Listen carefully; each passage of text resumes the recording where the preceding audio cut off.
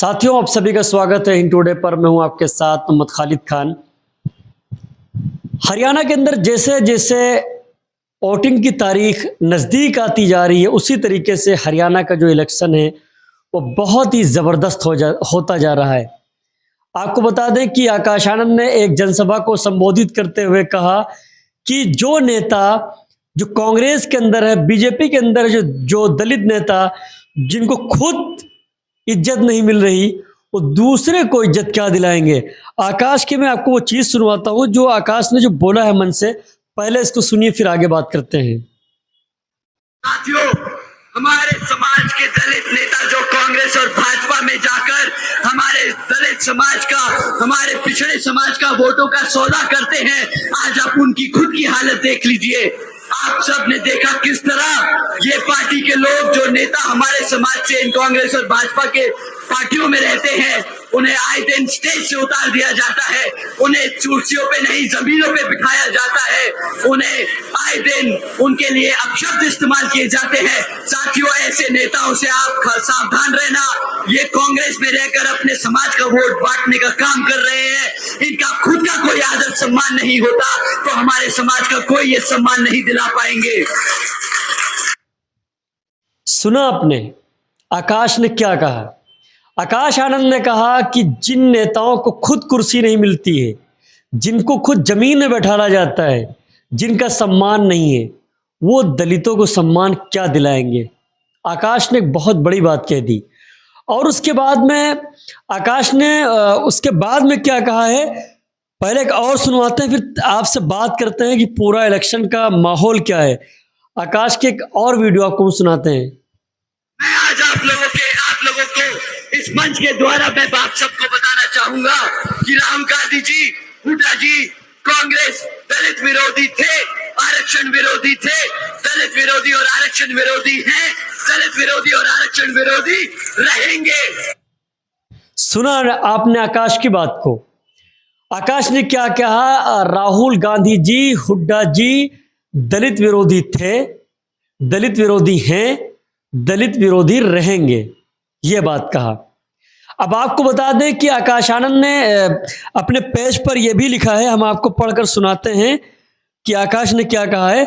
आकाश आनंद ने लिखा है अपने पेज पर, यह कहा है कि बीते 20 वर्षों में कांग्रेस और बीजेपी ने बारी बारी से आपके प्रदेश को लूटा है, युवाओं को बेरोजगार बनाया है, बच्चों को शिक्षा से दूर किया है और महिलाओं को असुरक्षा दी है। सिर्फ आदरणीय बहन जी का मजबूत शासन, प्रशासन और अनुशासन वाला गवर्नेंस मॉडल ही हरियाणा को एक उज्जवल भविष्य दे सकता है। यह बात आकाश ने की। उसके बाद आकाश लिखते हैं, हरियाणा में बेरोजगारी दर देश में सबसे ज़्यादा है। आंकड़े बताते हैं कि हरियाणा में 42% युवा बेरोजगार हैं। 10 साल कांग्रेस की सरकार रही है, फिर 10 साल से भाजपा की सरकार है, लेकिन हालात पहले भी खराब थे, आज भी खराब हैं।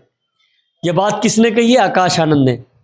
अब आपको बता दें कि हरियाणा किसके पक्ष में जा रहा है, हरियाणा का माहौल क्या है। आपको बताना चाहेंगे कि हरियाणा के अंदर 10 साल से बीजेपी है, उससे पहले 10 साल तक कांग्रेस थी, मौजूदा हालात में बीजेपी है, जिसका समर्थन जेजेपी ने दिया था, तब बीजेपी सरकार बनी थी।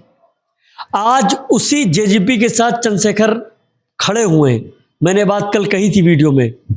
अब मैं आपको बताना चाहूँगा कि सिर्फ 10 सीटों का समर्थन बीजेपी को मिला था और बीजेपी की सरकार बन गई थी। दुष्यंत चौटाला ने समर्थन दिया था, जेजेपी ने। अब यहाँ पर जब से बीएसपी और इनेलो का गठबंधन हुआ है, तभी से इलेक्शन बड़ा ज़बरदस्त होता जा रहा है। और ये भी कहा जा रहा है कि बीएसपी और इनेलो अब जिसको चाहेगी सरकार उसकी बनेगी। जी हाँ, आप सही सुन रहे हैं। मैं ग्राउंड रिपोर्टिंग करके आया हूँ। मैंने देखा है कि वहाँ के जो लोग हैं वो बीजेपी से कतरा रहे हैं, वो बीजेपी का नाम लेना नहीं चाहते, क्योंकि लगातार 10 साल से महंगाई से वहाँ पर लोग जूझ रहे हैं। देश में पहला स्थान है हरियाणा बेरोजगारी को लेकर। आपको बता दें, किसानों का जो प्रोटेस्ट हुआ था, ये भी कहा जा रहा है कि एक फोटो वायरल की गई थी, उसमें कीलें लगी हुई थी।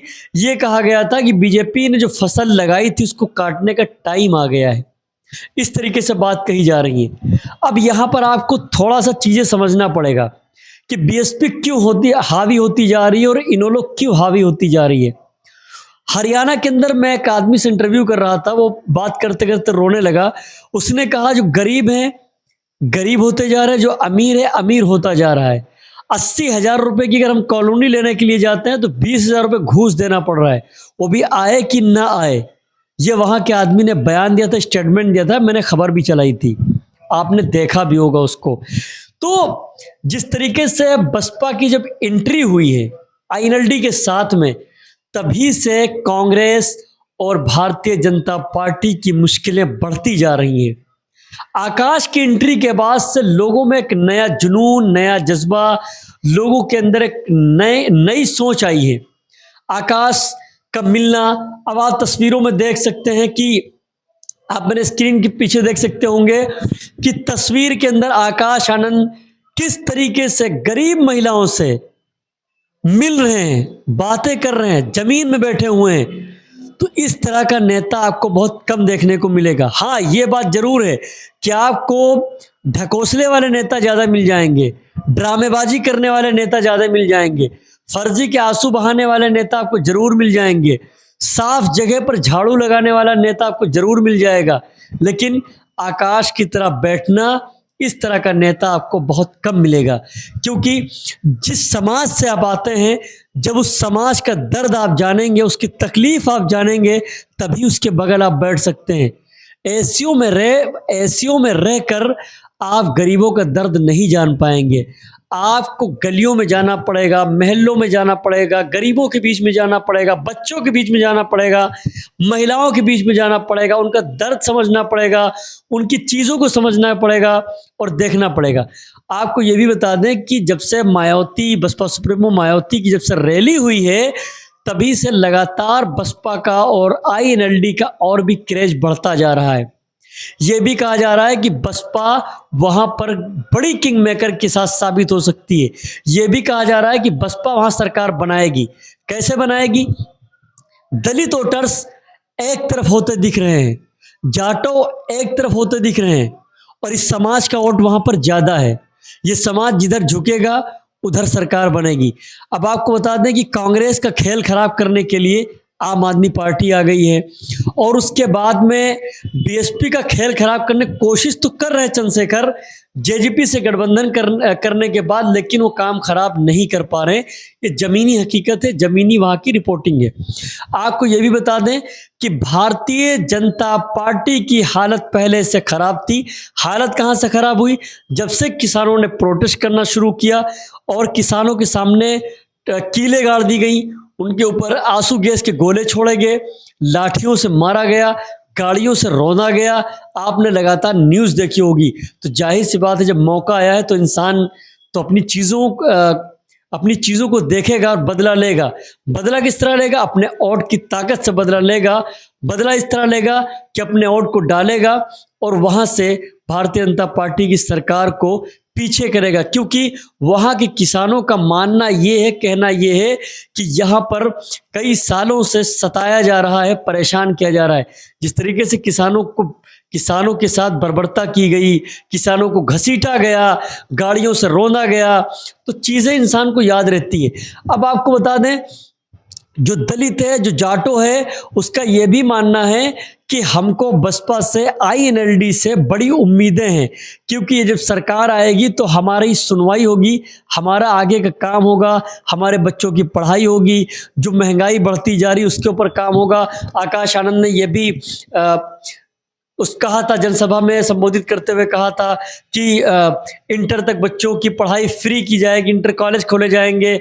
और यूपी का काम गिनाते हुए उन्होंने कहा था कि जब बहन जी की सरकार थी, आकाश ने कहा जब बहन जी की सरकार थी तो कई हजार कॉलेज, कई हजार स्कूल दिए गए थे, बच्चों की पढ़ाई फ्री की गई थी, इस तरीके से कहा था।